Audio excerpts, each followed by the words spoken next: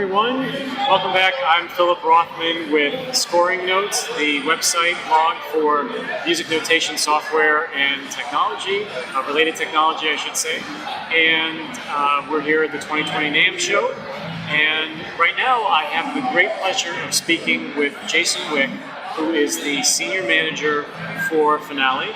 Finale, of course, being the flagship product for MakeMusic. And Scoring Notes readers, of course, familiar with Finale and what it is and what it does. But Jason, this may be the first time that they have the pleasure of seeing you and hearing you. So it's great to see you and talk to you. And welcome. Thank you very much. Thanks. Nice to be here, Philip. I appreciate that. Yeah. Please tell us about a little bit about your background and how long you've been working with Finale. Definitely. Yeah. Yes, I grew up in the Midwest and went to college at DePaul University in Chicago.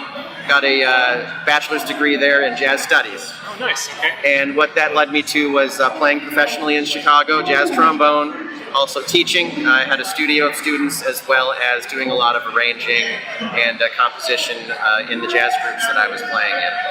So essentially what happened from there is I was exposed to Finale in college, right, like many of us. Exactly. And so that was my first notation tool I had access to in about the late 90s, and the rest is history. But yeah, I've been with MakeMusic for about 6 years. I started off as an automation test engineer, writing automated tests in our user interface, stuff to help make that testing process a little more efficient.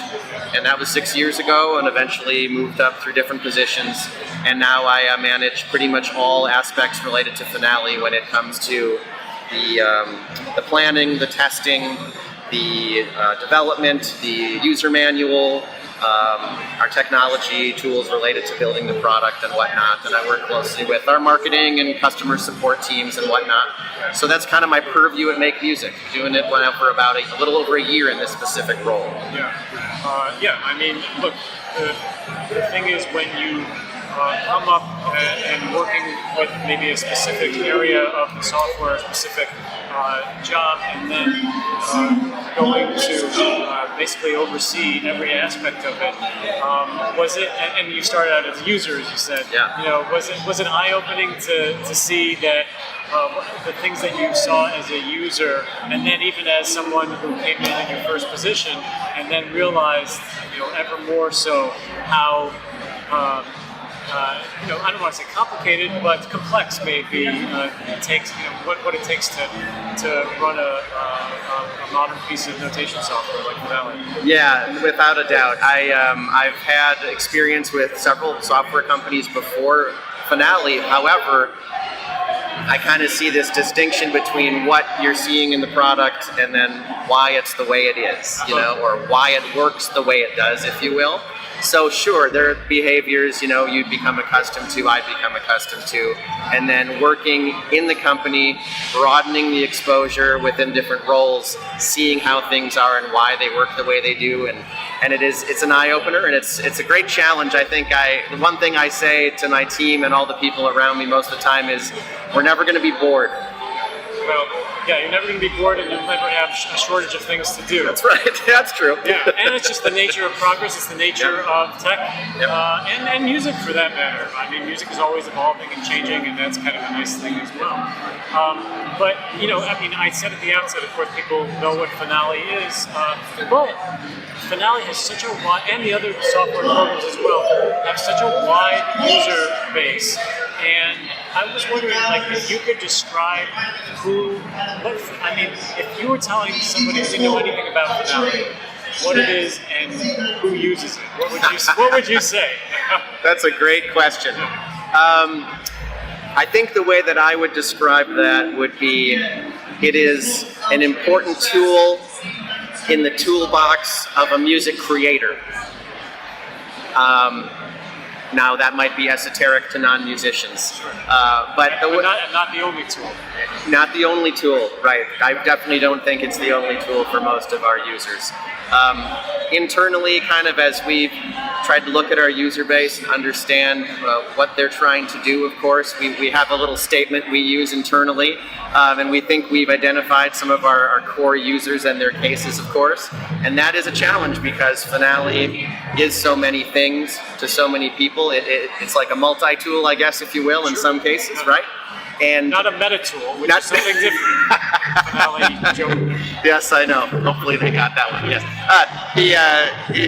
it does a lot of different things for a lot of different people, and yeah, you can definitely see that it's a one tool in the arsenal for the customer. Well, good. Look, I think the fact that people are using Finale in a lot of different ways is a testament to its power. Certainly, Finale has a well-deserved reputation of being a very powerful tool, being something that can be used to create anything from a simple lead sheet, a simple composition, to full-scale opera, film scores, complex music, graphical notation. Yep. And there's a lot to it. There's a lot of balls in the air that I'm sure you have to keep at any given time.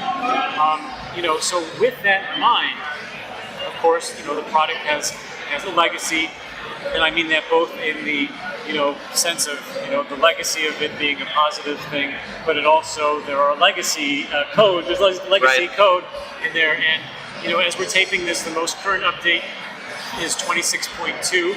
And on Scoring Notes, we try to keep an updated product guide, something we launched in the last year for the 4 major desktop notation products: Finale, Sibelius, Dorico, and MuseScore.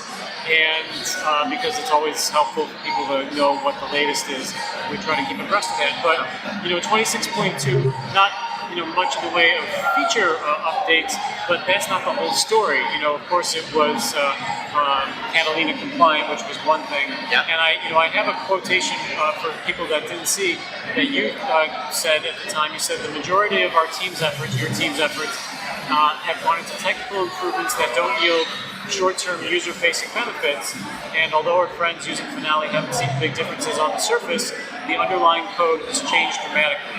The architectural work that we've been doing modifies hundreds of thousands of lines of code, and those changes are investments in the long-term viability of Finale. So what does that mean, to someone using it, and short-term user-facing benefits and the architecture of it, and all these things that, when I'm thinking notes, rests, rhythms, pitches, how does that actually affect the user? Both now and into the future?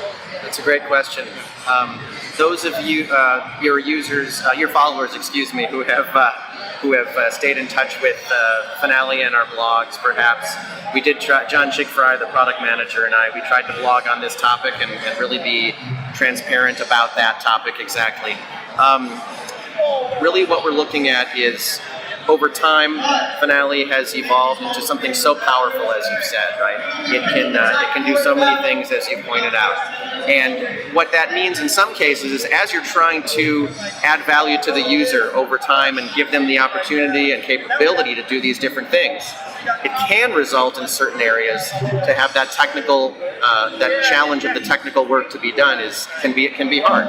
And one thing that is really important to us is to double down on our investment in those challenges for our teams, so that for our users, we are able to add more reliable, more quickly feature updates for them in the longer term. Okay. And that, that is... a little bit of short-term gain for long-term gain. Yeah. Long-term speed, really. Absolutely. I don't, I can understand that could be a kind of a frustrating thing to hear for a customer, and I do fully understand that. One thing I'd like for us to be better about as a product line, as a company, is to really be more communicative, more transparent with our user base, just being direct about these types of topics. Because what we are doing is investing in the future of Finale, and really investing in its long-term viability and hopefully in that long-term user experience. But that means in the short term, you just won't see a whole lot. At the end, a lot of this work means that the product shouldn't change too much in those specific areas that we're reworking under the hood. Right. Yeah, because you don't want the user to experience a drastic change at the same time that you're making all of these architectural Absolutely. improvements. And it was, it's actually, it's interesting because Sibelius went through something pretty similar not too long ago, about a year ago, and changed, for I think it was their 2018.11 update, so that would have been November of 2018. Where they had a shift from an older version of Qt to a newer version, and the user experience really didn't change. It was because everything was in the same place, but it was as we were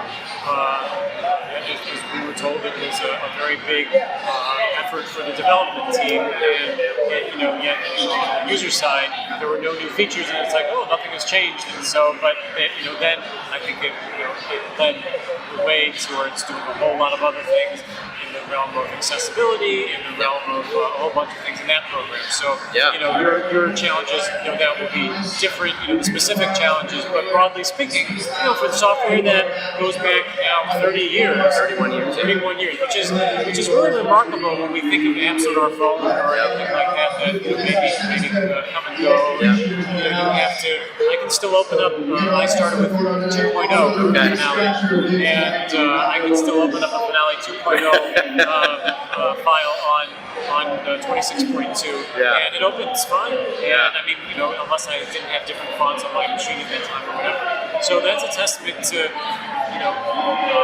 keeping users satisfied for the long term, right? And not just reinventing the wheel every. Yeah, definitely. That Sibelius example that you call out, it's a great parallel, I think. And you see they put in that big update, and then if I recall correctly, they have like a quick minor one right after that, because nobody's going to test your product like your users will. You do what you can internally, and try to have the confidence you can, but once you unleash it to the wild, that's when you find out, and you try to be as responsive as you can right away. So absolutely. Yeah. There were. I think there was a hot fix right after the 26.2 update for one or two things. Memory serves the document options or something like that. That's right. Yeah. There was an issue with ties, and then there was another with grace notes. I mean, it was once again, credit the customer base we have for Finale for being vocal about what they saw right away. Sure. And we have a really strong support team. Yeah, go ahead. Well, no, I was just going to say that the customer base, meaning users and including myself, I've often made the case on the blog and elsewhere that we often are more intimate with the software than our loved ones. Sorry, but but I'm only being being facetious, of course. But we do when we're on major projects, we do spend a lot of time, 8, 10, 12 hours a day, working on with the software and getting deep into the dialogues, deep into the features, and so we do have a relationship with it, and we do know things, and we expect a certain level of engagement. Look, I think. The attitude that you have is that it makes you stronger, when it comes to the user base. But I want to focus as well, not just on these architectural things, but there were good, solid updates to 26 as well. Which specifically in the realm of articulations, something that was a long time coming, stacked articulations, things that really paved the way probably for more updates to come, I would imagine. Tremolos was a pain point for a lot of people, and that was finally addressed very well. And you don't need to plug in anymore to get proper positioning on those. And those are things that, again, going back to our earlier point, like engravers and, even just people casually using the software, you want to just get in and get your vision on the page as quickly as possible. And I'm sure that's where you're coming. No doubt about it. really it's about, so we know what the program is good at, right? The tagline is create your way, right? It enables you as the user to be able to do what you envision. Now, the process of getting there is the area that we continually try to improve, right? We want to help the user create that vision more efficiently and have fewer hiccups and fewer barriers along the way. And I think when you look at the marquee features from version 26, we really tried to focus on things that would impact the most number of users as early on, right? Even things that aren't as glamorous, like things with authorization or the installer, things like that we focused on as well. And basically we call them first hour frictions. And almost everybody's going to put an articulation in, so it should center right in the right place, in the right way. So it's a mix of something like stacking that's for a power user generally, and something that's going to help everybody. Exactly. That's not all. Of course, there's Smart Music, and there was the classic version of Smart Music, and now there is the web-based, the cloud-based version, which I believe that is basically a direct descendant of Music, which was acquired by MakeMusic, the French company, years ago, several years ago. And how does that play into your thinking on Finale? Because there is that other aspect to consider as well. It's not just Finale full stop. There are other related products. Yeah. Music XML is a great thread, actually, connection between our new Smart Music product and Finale. Right. When you look at all of our product offerings, something that may not be too well known is that MakeMusic and Alfred Music are tightly partnered, and we share a booth here. Actually, it's not too far from where we're sitting right now. And one thing we're looking at as a set of companies, a lot of that's just in the phases of checking it all, trying to do diligence, thinking about all the things we have, but it's all the assets between Alfred Music, the biggest music education publisher in the world, right? And our offerings of software and how we can find ways to integrate those things. It's such a tremendous opportunity. I'm just really excited about the things we're going to be able to deliver to the user base coming down the line in the years with all of these assets. It's great. Going back to the very first thing, one of the first things that you said as a music educator and a trombone player originally, I believe you said. How does it feel to be working on this software that has such a direct impact on so many people's lives that probably didn't even realize when at that stage in the 90s you were saying? That's so fulfilling. I mean, it would be fulfilling if it was any type of education probably, but it's the most fulfilling for music education. I mean, we have 25,000 students every year graduating from universities with music degrees, right? We've got all these kids in the elementary and upwards learning music, and to be able to provide some of the tools that they're going to be able to use is just, it's really fulfilling. I can imagine that that's the case, and it's something that I feel as well. Working on this working on covering the software for so many people, another generation of people that are using it for the first time, and it's really exciting stuff. So, in the last minute or two, anything that we can look forward to, anything that we can expect in future, any feature upgrade of exclusive features that you want to give exclusive to Scoring Notes about? Now's your chance. But no, what can we expect coming down the way? Yeah, a lot of the same around this philosophy. We want to continue investing in the future of Finale for the long term with those technical improvements, and really target some of those longer standing issues that are affecting the most people. I think it would be nice also to see some more improvements on the Windows side. We've put a lot of work into the Mac side and Windows, but I think it would be good to give a little bit more love to that Window user as well. So I'm sure they're very happy to hear that. Yeah, absolutely. That's great. Well, that's great to hear. I think it's just tremendous. So all the work that you're doing, I appreciate you taking a little bit of time here at NAMM. And maybe just a final few seconds. Anything that you wanted to say about NAMM, since we're here, as you probably can tell from the dulcet tones. This isn't your normal studio. Yes, okay. Exactly.